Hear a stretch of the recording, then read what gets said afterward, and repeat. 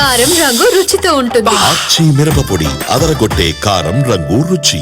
ఏపీలో రేషన్ బియ్యం మాయం కేసు దర్యాప్తు ముమ్మరంగా సాగుతోంది. ఈ కేసులో పేర్ని నాని ఫ్యామిలీకి మరోసారి నోటీసు ఇచ్చారు. మాయమైన మొత్తం బియ్యం 378 మెట్రిక్ టన్నులని తేల్చారు. పెరిగిన షార్టేజ్ కూడా ఫైన్ కట్టాలని నోటీసులు పంపారు. A2గా ఉన్న మేనేజర్ మానస్ తేజ్ వాంగ్మూలాన్ని రికార్డు చేశారు.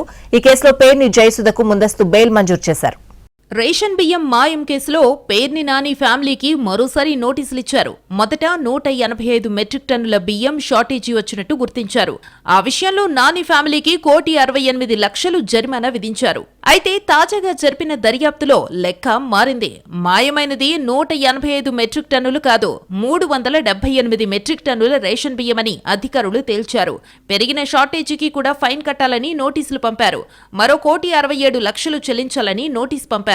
మరోవైపు గోడౌన్ కేసులో అధికారులకు ఉచ్చు బిగుస్తోంది. గతంలో సివిల్ సప్లై శాఖ డీఎంలుగా పనిచేసిన 4గురికి పోలీసులు నోటీసులిచ్చారు. గోడౌన్లో స్టాక్ పరిశీలన ఎప్పుడు చేశారు, రేషన్ బియ్యం ఎటు వెళ్లాయి, ఎప్పుడు గుర్తించారు, జాబ్ రోల్ ఏంటి అనే విషయాలపై వివరణ ఇవ్వాలని పోలీసులు కోరారు. అధికారులు ఇచ్చే వివరణను బట్టి కొందరిపై చర్యలు తీసుకునే అవకాశమున్నట్టుగా తెలుస్తోంది.